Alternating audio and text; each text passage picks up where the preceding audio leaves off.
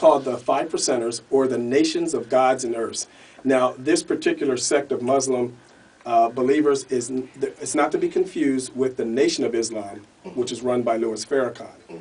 This is a totally separate organization. It's called the Nations of Gods and Earths. They nickname themselves the Five Percenters.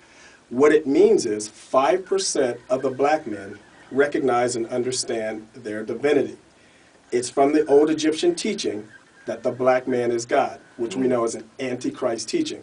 It came from Pharaoh. Pharaoh said, "Who is God that I should serve him? I know not God, neither will I serve him." It's an atheistic, prideful, antichrist spirit. Well, after Africa Bambaataa and some others went and studied that, they came back and said, you know what, we got to teach this to the young black people, the young black men and the young black women, and the best way we can do it is through music. So they got together back in the early 70s after he came back from his study, and lo and behold, started Grandmaster Flash.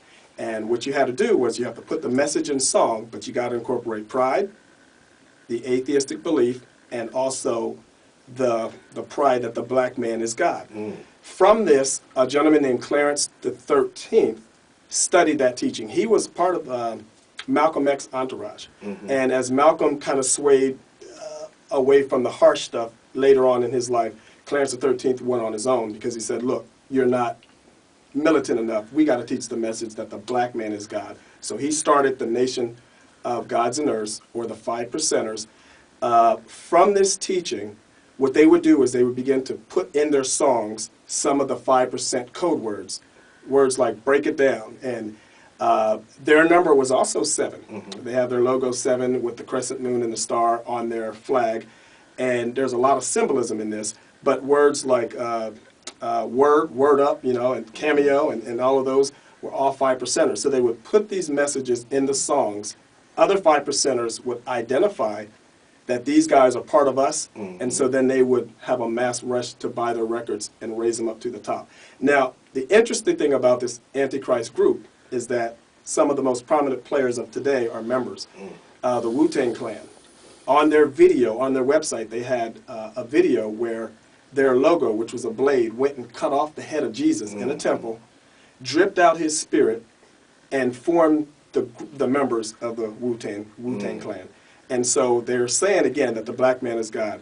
Alicia Keys, as much as we love her, she is a member of this organization. Ice Cube, Brand Nubian, and so on and so on. That right there is probably the biggest Antichrist group that's out, or Antichrist organization that affects the arts and affects music.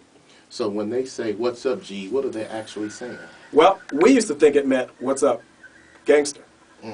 But actually, G, which is the 7th letter of the alphabet, stands for God.